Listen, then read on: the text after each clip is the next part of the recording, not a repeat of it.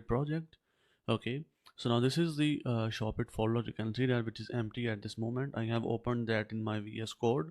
Okay, I hope that you have installed your VS Code, and you can see that the name is Shopit-v2 because this is the version 2 of this course. Okay, so let's start our project in this video.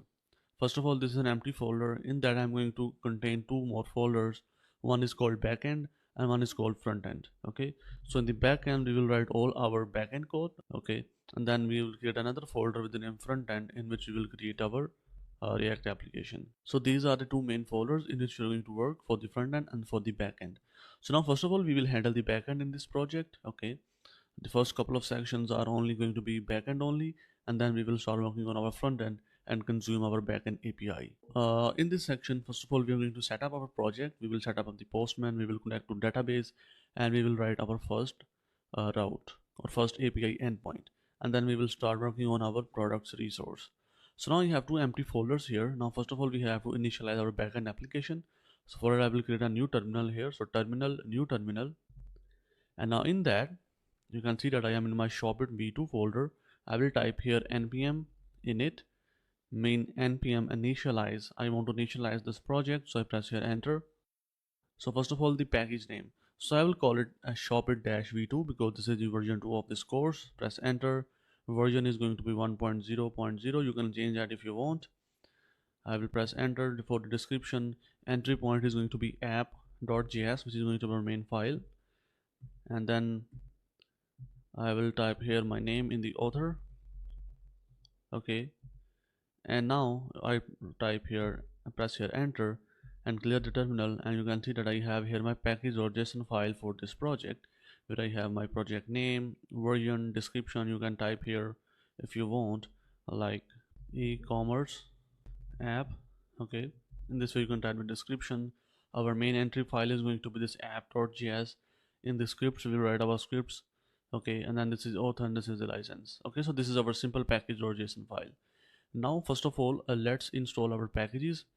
I will type here npm i. Now I hope that you know basics about Node and Express. So in this course we're going to use Node, Express and MongoDB, and for the front end we will use the React. So that's why I have to first of all install here my Express. So npm i express. Okay, npm is the Node package manager. With that we can install our packages. So Express, and let's also install here .env. .env is very popular package that help us to manage our env variables, and I will discuss that later in this course. And after that, let's also install here Mongoose. So Mongoose is the, you can say that, a plugin for MongoDB database that help us to write our code more efficiently in Node.js. You can say that. Okay, so I will install these three packages first of all in this video, and then I will install all the packages throughout this course. Type here dash save to save these packages also in the package.json file. So now if I press here enter, it will install all the required packages. So now you can see that here packages are installed successfully, and you can see that here in dependencies we get our three packages right here. Okay, so .env, Express and Mongoose, and also you can see here we have Node modules folder. So in this folder we are going to have all our packages. So simply save it from here and close this file. Now let's create our main entry file in the backend. Okay, I will create my new file that is called app.js. Remember that app.js is our entry file. So here first of all I will import Express from Express. Okay, that we have just installed. Okay, I will import that, and then I have to type here const app. My app is going to be, I simply call here Express. Okay, so you can see that it will simply create an Express application. Okay, that we can use this app instance to register our routes and to listen on some port. Okay, and after that I will simply type here app.listen. Okay, we have to listen on some port. For example, I simply type here 3000, that I will listen on port 3000, and then we have to pass here the callback function. Okay, so in the callback function I will simply log here. I will console.log a message that server started on port 3000, like this. Okay, so now it will listen on this port, and if I want to run this file I will simply type here cd to first of all backend, because I have to go in my backend folder. Then I type here node app.js. If I press here enter, you can see that here we get this error that cannot use import statement outside a module. Okay, now if you want to use this import syntax, then you have to go to package.json file and change it to module. Okay, by default it will use common.js. Let me show you that. If I type here const express is equal to require, this is the old syntax. If I simply use that, and now if I run my project, you can see that now it is listing on server port 3000. Okay, so you can use this old syntax if you want. Okay, but I will use the latest syntax, so I will use here import es6 syntax, which is this one. Okay, and for that we have to type in here type, that is going to be, you can see that we have here two options. One is common.js, which is the old style, and what we will use is module one. Okay, simply save it, and now we can use in this import statement. So I will simply type here again node app.js. Now you can see that we are listening on this port 3000. So in this way we will listen to our application. Now let's also first of all create our config file, and now in that config file we will put all our config variables like this port, node env, our API keys. Okay, so in the backend I will create a new folder with the name config. In the config I will create my config.env.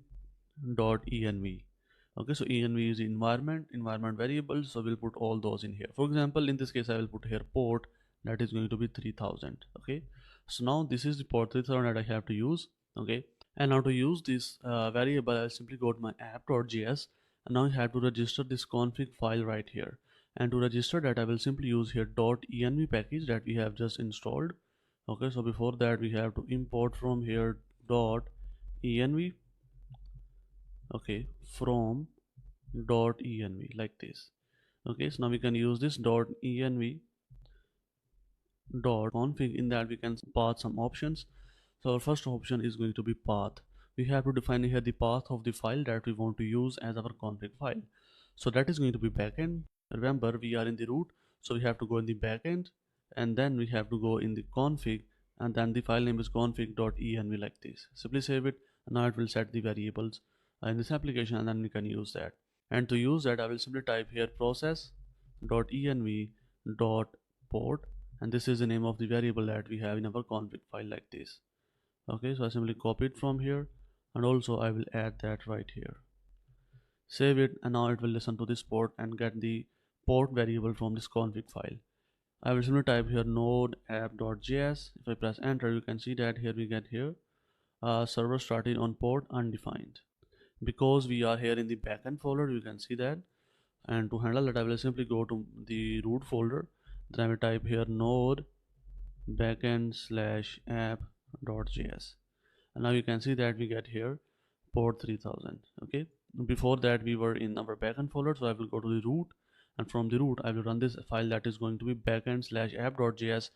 Now you can see that we are running on port 3000. If I type here, for example, if I type here port 4000, save it, and now if I run it again, now you can see that we are running on port 4000. Now you can see that we have to restart our server again and again after making any change.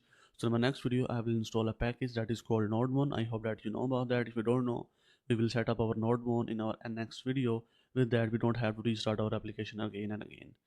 Okay, so if you have any question, you can post in the Q&A. I will try my best to respond there. So in my next video I will set up the Nodemon.